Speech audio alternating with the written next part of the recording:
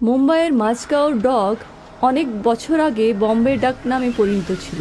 আজকাল এখানে শুধু জাহাজ রিপেয়ারের জন্য আসে। অনেক বছর এখানে লোকের ভিড় লেগে থাকত। বিদেশি ট্রেডার্স এখানে নিজের জিনিসপত্র বিক্রি করতে আসতো। কিন্তু এমন কি ঘটেছিল যার ফলে এখানে সব শুনশান হয়ে উঠল? সেই বছরটি ছিল 1990, যখন লা উপালা নামে একটি রাশিয়ান জাহাজ ওই বাঁশগাঁও ডকে বন্দরগ্রামে এসেছিল। লা উপালা দেখতে একটি সাধারণ জাহাজের মতন ছিল, কিন্তু যখন ওটাকে আনা হলো তখন একটা বড় জাহাজের সাহায্যে টেনে আনা হলো। লা উপালাকে সারানোর জন্য আনা হয়েছিল। স্যার, এত বড় একটা জাহাজ আর এই অবস্থা? আমি এই জাহাজটি রাশিয়া থেকে কিনেছি।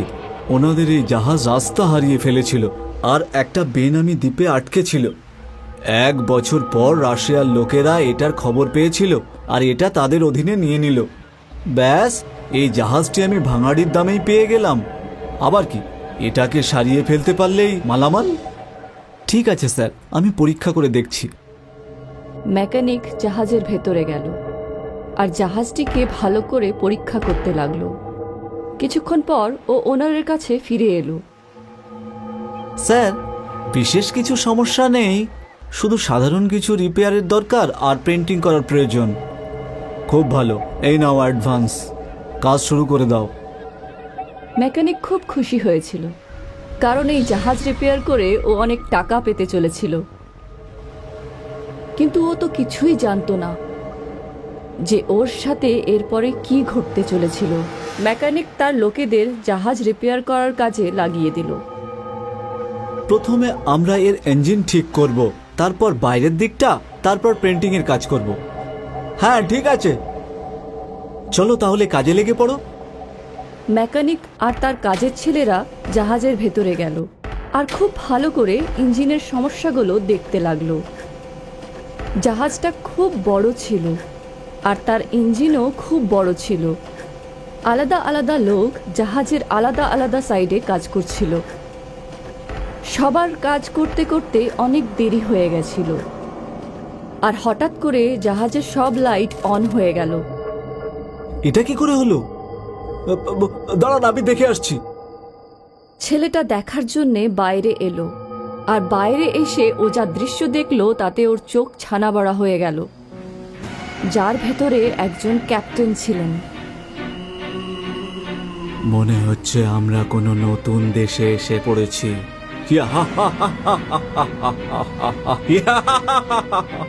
ছেলেটি দৌড়াতে দৌড়াতে ভেতরে চলে এলো। ওখানে ওখানে ওখানে ভূত আছে। কি? হ্যাঁ, ক্যাপ্টেন আর ওর লোকজন। কি আজে বাজে বকছো? দেশি মদ খেয়ে এসছো নাকি? দাঁড়াও, আমি গিয়ে দেখে আসছি। না না না, আপনি বাড়ি যাবেন না। মেকানিক তার কাজের লোকের কথা শুনল না আর জাহাজের বাইরে চলে গেল।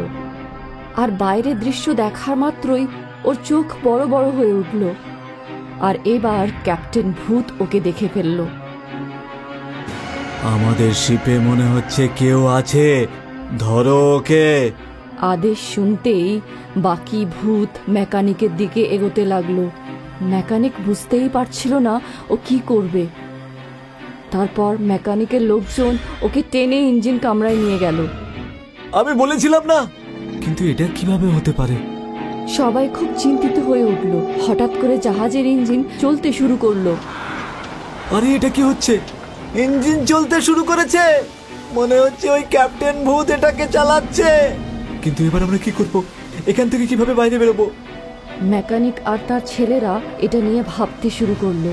আর ওরা হঠাৎ করে দরজা ধাক্কার খুব জোরে আওয়াজ পেল। লাইট অন অফ হচ্ছিল আর সবাই খুব ভয় পেয়ে উঠল। আর হঠাৎ করে ওই 4 জনের সামনে ভূত এসে হাজির হলো। আমাদের আমাদের ছেড়ে দাও, আমরা তোমাদের কি করেছি? আমার জাহাজে বিনা অনুমতিতে ঢুকে আমাকে জিজ্ঞাসা করছো যে তোমরা কি অন্যায় করেছো? আমাদের আমাদের মাফ করে দিন। কিন্তু ওই ভূতগুলো ওদের একটা কথাও শুনল না। ওই 4 জনের শরীর কেটে টুকরো টুকরো করে ফেলল।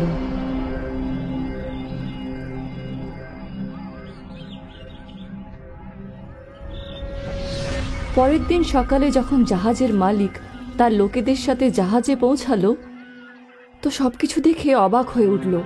উনি বুঝতে পারছিলেন না যে রাত্রে কি হয়েছিল। মালিক চিন্তায় পড়ে গেল, এইসব আসলে কেন ঘটল। তারপর উনি ওনার এক চাকরকে ডাকলেন। শোনো, আজ রাতে তুমি এই জায়গাটা পাহারা দেবে, কিন্তু মনে রাখবে তুমি কোনো মতেই এখানে আসবে না। দূরে বন্দর থেকেই জাহাজের ওপর নজর রাখবে, আর কাল সকালে তুমি আমাকে সব খুলে বলবে। ঠিক আছে কর্তা। চাকরটি তার মালিকটির কথা শুনে একটি নির্দিষ্ট জায়গায় চেয়ার নিয়ে বসে পড়ল আর একটা দূরবীন দিয়ে জাহাজের দিকে দেখতে থাকলো।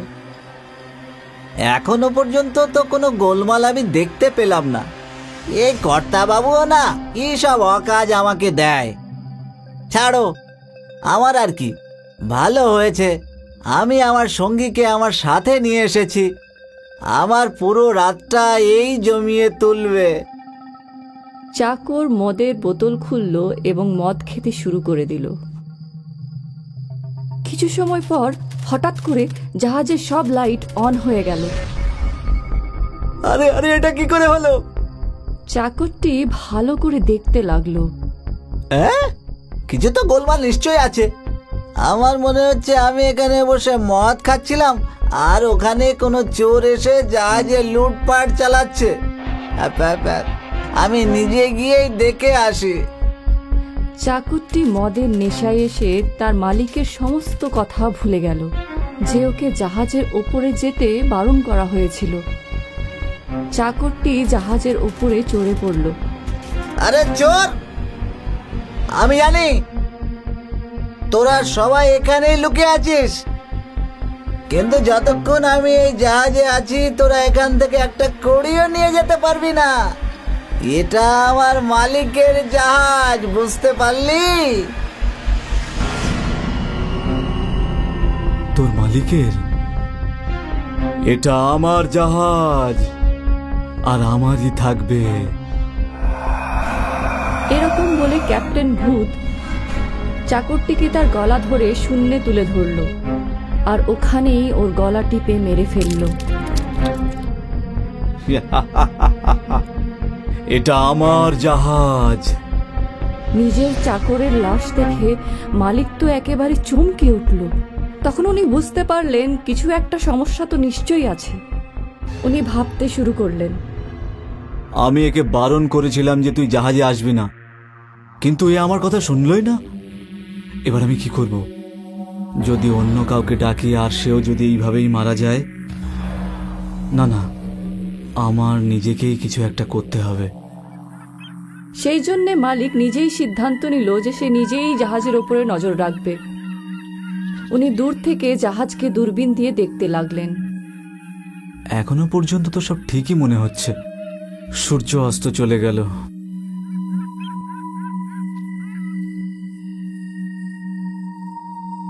আর হঠাৎ করে জাহাজের সব আলো জ্বলে উঠল। এটা কি? মালিক দূরবীন দিয়ে সবকিছু দেখলো, তো জাহাজের ওপরে কিছু লোক দেখতে পেলেন।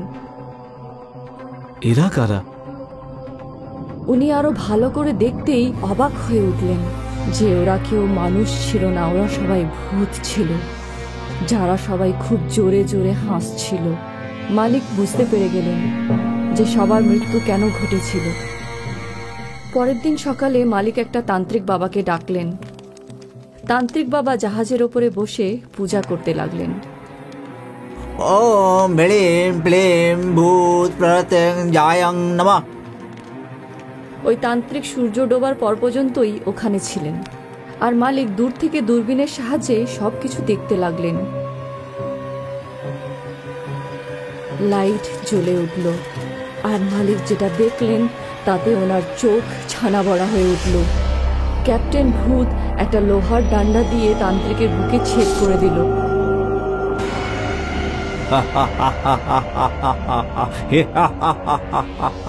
মালিক তার লোকেদের ভালোভাবে সতর্ক করে দিল যে তারা যেন ওই জাহাজের আশেপাশে না যায়।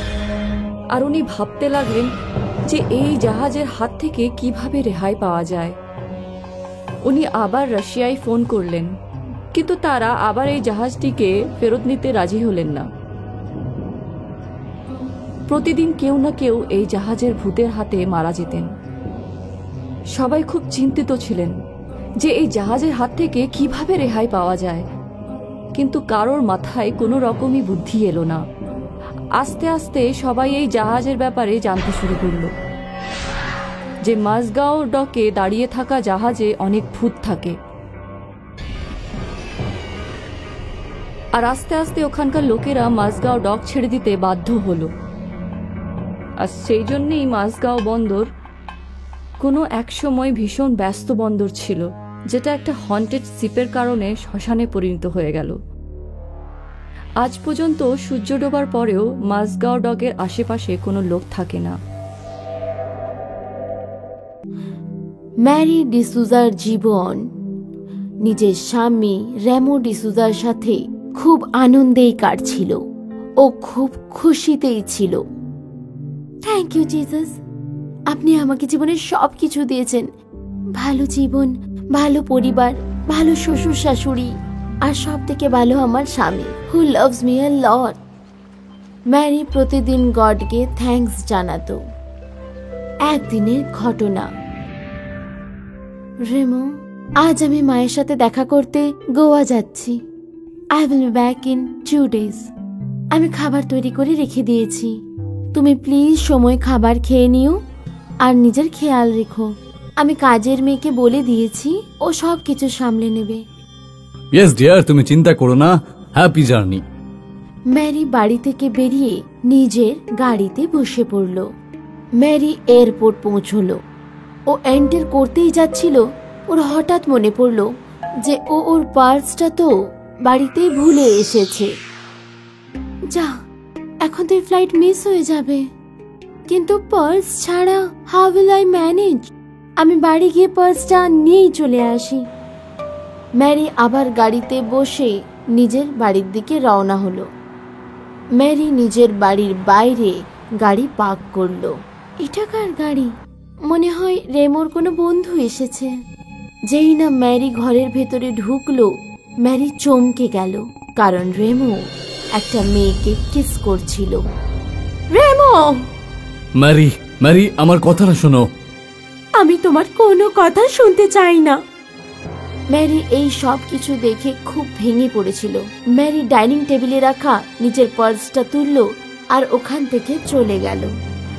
ম্যারি কাঁদতে কাঁদতে নিজের গাড়ি ড্রাইভ করছিল। মাঝে মাঝে ওর ফোনটা বেজে উঠছিল। রেমো ওকে কল করছিল, আর ম্যারি রাগে ওর কল তুলছিল না। যে কোনো প্রকারে ম্যারি এয়ারপোর্ট পৌঁছলো। ও গোয়ার নেক্সট ফ্লাইট বুক করলো আর নিজের ফোন সুইচ অফ করে দিল। ফ্লাইটের জন্য অপেক্ষা করার সময়েও ও কাঁদছিল। শেষ পর্যন্ত ম্যারি ফ্লাইটে বোর্ড করলো। ও জানালা দিয়ে বাইরে দেখতে দেখতে কাঁদছিল। ওর পাশে একজন বয়স্কা মহিলা বসেছিলেন। কি হয়েছে মা? কোনো সমস্যা হয়েছে নাকি? না আন্টি, কিচ্ছু হয়নি। আর তারপর ম্যারি নিজের খেয়ালে হারিয়ে গেল। বিয়ের দিনটা ম্যারির মনে পড়ছিল। আর তারপর আর গত রবিবার যখন ও জানতে পারলো যে ও প্রেগনেন্ট, ও কিভাবে এটা করতে পারলো? ও আমাদের বাচ্চার ব্যাপারেও একবারও ভাবলো না। আর যদি এই বাচ্চাটাই পৃথিবীতে চলে আসে, তাহলে কি আমি ওকে একা বড় করতে পারবো? আমি আমার বাচ্চাকে রেমোকে তো একেবারেই দেব না। ম্যারির মাথায় আলাদা আলাদা খেয়াল আসছিল, আর ওর ব্লাড প্রেশার বাড়তে শুরু করলো। আর হঠাৎই ওর অ্যাটাক এসে গেল। হেল্প, হেল্প, এই মেয়েটার অ্যাটাক এসেছে। সঙ্গে সঙ্গে এয়ার হোস্টেস ওখানে এলো। ও ম্যারির বেল্টটা খুলে দিল, ওর জামা কাপড় একটু আলগা করে দিল। এই ফ্লাইটে কোনো ডক্টর রয়েছে? Any doctor on the flight? একজন ডক্টর ম্যারির কাছে দৌড়ে এলেন। উনি ম্যারির নার্ভস চেক করলেন, কিন্তু দেরি হয়ে গেছিল। উনি আর বেঁচে নেই। ম্যারি ফ্লাইটেই মারা গেছিল। আর সেই দিন থেকেই ম্যারির আত্মা এই ফ্লাইটেই থাকে। যখনই ফ্লাইট টেক অফ করে, তখন যাত্রীরা ম্যারির কান্নার আওয়াজ শুনতে পায়। ফ্লাইট অ্যাটেন্ডেন্টরা অনেক খোঁজার চেষ্টা করে, কিন্তু ওরা বুঝতে পারেনি যে কে কাঁদে। প্রায়শই যাত্রীদের এরকম মনে হয় যে ওনাদের পাশের সিটে কেউ বসে রয়েছে। ম্যাম, এখানে কিছু একটা গন্ডগোল আছে। কেউ আছে এখানে? একটি মেয়ে যে কান্নাকাটি করছে। না স্যার, ওই সিটটা একেবারে খালি। সেটা তো আমিও দেখতে পাচ্ছি, কিন্তু এখানে একটা কিছু গন্ডগোল আছে। আপনি দয়া করে আমার সিট চেঞ্জ করে দিন। এয়ার হোস্টেসদের প্রায়ই যাত্রীদের সিট বদল করাতে হতো। একবার এই ফ্লাইটটা রাতে উড়ছিল। ম্যারি যে সিটে বসেছিল তার পাশের সিটে একটা মেয়ে বসেছিল। ও নিজের ইয়ারফোনে মিউজিক শুনছিল, ও মিউজিক এনজয় করছিল। আর হঠাৎ ওর চোখ পাশের সিটের দিকে গেল। আর ও না! কি হয়েছে ম্যাডাম? ওই মহিলা একটা ভয়ানক মুখ। কেউ তো নেই ম্যাডাম ওখানে। না, এখানে একটা মহিলা এক্ষুনি ছিল, উনি কাঁদছিলেন। ম্যাম রিল্যাক্স, আপনি আমার সাথে আসুন। এয়ার হোস্টেস ওই মেয়েটিকে জল খাওয়ালো আর ওনার সিট বদল করে দিল। ম্যাম, আপনি এখানেই বসুন, আর যদি কোনো সমস্যা হয় আমি এখানেই রয়েছি। কি হলো? কে চেঁচামেচি করছিল? একটা মেয়ে, ও ওই আত্মাকে দেখেছে। তা ও কি ওই সিটে বসেছিল? না, ওর পাশের সিটে। জানি না কি হবে, কে জানে এই গন্ডগোল থামবে কবে। আর এইবারে তো এয়ার হোস্টেসও ম্যারিকে দেখতে পেল। ও না! বাঁচাও! এয়ার হোস্টেস ওখানেই অজ্ঞান হয়ে গেল। এয়ার হোস্টেস নিজের সিনিয়রের সাথে কথা বলল। স্যার, ইনি সেই লেডি যিনি ফ্লাইটে মারা গেছিলেন। কিন্তু এটা কি করে হতে পারে? একজন মেয়ে মারা যাওয়ার পর আবার ফিরে আসতে পারে কি করে? এটা ওনার আত্মা। কি আজেবাজে বকছো? তুমি একজন শিক্ষিত মহিলা হয়েও এসব আত্মাটাত্মার কথা বলছো? স্যার, আমি যদি নিজে না দেখতাম তাহলে আমি একেবারেই বিশ্বাস করতাম না। স্যার, এটা সত্যি, ওই মহিলার আত্মা এই প্লেনেই এখনো রয়েছে। ওনার আওয়াজ এখনো আমরা শুনতে পাই, আর যাত্রীরা তো এখন দেখতেও পায় ওনাকে। কোন রকম কোনো দুর্ঘটনা ঘটার আগে আপনি প্লিজ কিছু করুন। দেখছি আমি কি করা যেতে পারে। ওই অফিসার নিজের এক বন্ধুকে কল লাগালো আর ওনাকে সব কিছু বলল। মনে হচ্ছে এবার তুইও আত্মার উপর বিশ্বাস করতে শুরু করে দিয়েছিস। না, আমি এখনো মানতে চাইছি না, কিন্তু আমার প্লেনে যে ঘটনা ঘটছে তার জন্যই আমি বিশ্বাস করতে বাধ্য হয়েছি। তাই আমি তোর কাছে সাহায্য চাইছি, কারণ তুই হলি আমার একজন নর্মাল এক্সপার্ট। এবার তুই আত্মা যে আছে সেই বিষয়ে নিশ্চয়ই বিশ্বাস করবি। ঠিক আছে, আমি আসছি। ওই প্যারানর্মাল এক্সপার্ট নিজের বন্ধু আর এয়ার হোস্টেসের সাথে ওই ফ্লাইটে এলো। আচ্ছা, আপনি কি এটুকু বলতে পারবেন যে ওই মহিলার সঙ্গে আসলে হয়েছিল কি? যতদূর আমার মনে পড়ছে, ওই মহিলা ফ্লাইটে ওঠার পর থেকেই কেঁদেই চলেছিলেন। তারপর 2 ঘন্টা পরে ওনার পাশে বসে থাকা মহিলা সাহায্যের জন্য ডাকছিলেন। যখন আমি ওখানে গেলাম তখন উনি জোরে জোরে নিঃশ্বাস ফেলছিলেন, আর যতক্ষণে ডাক্তার পৌঁছলেন ওখানে উনি মারা গেছিলেন। আচ্ছা, তার মানে ও এই ফ্লাইটেই মারা গেছিল? হ্যাঁ, এখানে এই সিটে। ওর নাম কি ছিল? ম্যারি ডিসুজা। আমি আমার মেশিনের সাহায্যে এটুকু তো জানতে পারি যে ও এখানে আছে কি নেই, কিন্তু ওকে এখান থেকে বের করাটা আমার সাধ্য না। ওর জন্য একজন পাদ্রীকে ডেকে আনতে হবে তোমাদের। ওই প্যারানর্মাল এক্সপার্ট নিজের এনার্জি মেশিন অন করলো, আর যেই না ও ম্যারির সিটের কাছে পৌঁছলো তখন ওর মেশিন জোরে জোরে সাইরেন বাজাতে শুরু করলো। এটা একদম সত্যি যে ম্যারি এখানেই আছে। এখন আমরা কি করব? ও কারোর ক্ষতি তো করে না, কিন্তু ওকে মুক্তি দেওয়াটা খুবই প্রয়োজন মনে হচ্ছে। আমি একজন পাদ্রীকে চিনি, উনি আমাদের সাহায্য করতে পারেন। পরের দিন প্যারানর্মাল এক্সপার্ট একজন পাদ্রীকে নিয়ে এলেন। ফাদার, মহিলাটির নাম হলো ম্যারি। ও এমনিতে তো কারোর কোনো ক্ষতি করে না, কিন্তু ওর আত্মার উপস্থিতির জন্য মানুষেরা খুব ভয় পায়। Let me see how I can help you. পাদ্রী নিজের এক হাতে রোজরি আর দ্বিতীয় হাতে একটা ক্রস নিয়ে ম্যারির পাশের সিটে বসে প্রেয়ার করতে শুরু করলেন। ম্যারি, আমি জানি তুমি এখানেই আছো। তুমি আমার সঙ্গে কথা বলতে পারো। এটাও হতে পারে যে আমি তোমার সাহায্য করতে পারি। আর তারপর কিছুক্ষণ পরে পাদ্রী একটা অদৃশ্য জিনিসের সাথে কথা বলতে শুরু করলেন। ফাদার, ম্যারির সঙ্গে কি হয়েছিল? শি ওয়াজ হ্যাপি, কিন্তু ওর হ্যাপিনেস স্যাডনেসে বদলে যায় যখন ফাদার ম্যারির সাথে ঘটিত ঘটনাটা বললেন। আর তারপরেই ফ্লাইটে ওর অ্যাটাক আসে আর ও মারা যায়। ও নো, এবার আমরা ম্যারির হেল্প কিভাবে করতে পারবো?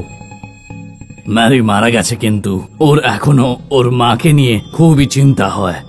ম্যারির মা ওর জন্য সবকিছু ছিল। ওর স্বামী ওর সঙ্গে প্রতারণা করেছে, কিন্তু যখন ওর আত্মা ওর মায়ের জন্য ঘুরে বেড়াচ্ছে, ম্যারির এটা ইচ্ছে যে ওর স্বামীর অর্ধেক প্রপার্টির শেয়ার যেন ওর মাকে দেওয়া হয়, যাতে ওর মা শান্তিতে জীবন কাটাতে পারে। কিন্তু এটা কিভাবে সম্ভব? আমাদের চিন্তা করার কোনো দরকার নেই। লোকেরা ম্যারিকে ফ্লাইটে শুধু দেখতেই পায়, কিন্তু ও শুধু ওর স্বামীকেই ভয় দেখায়।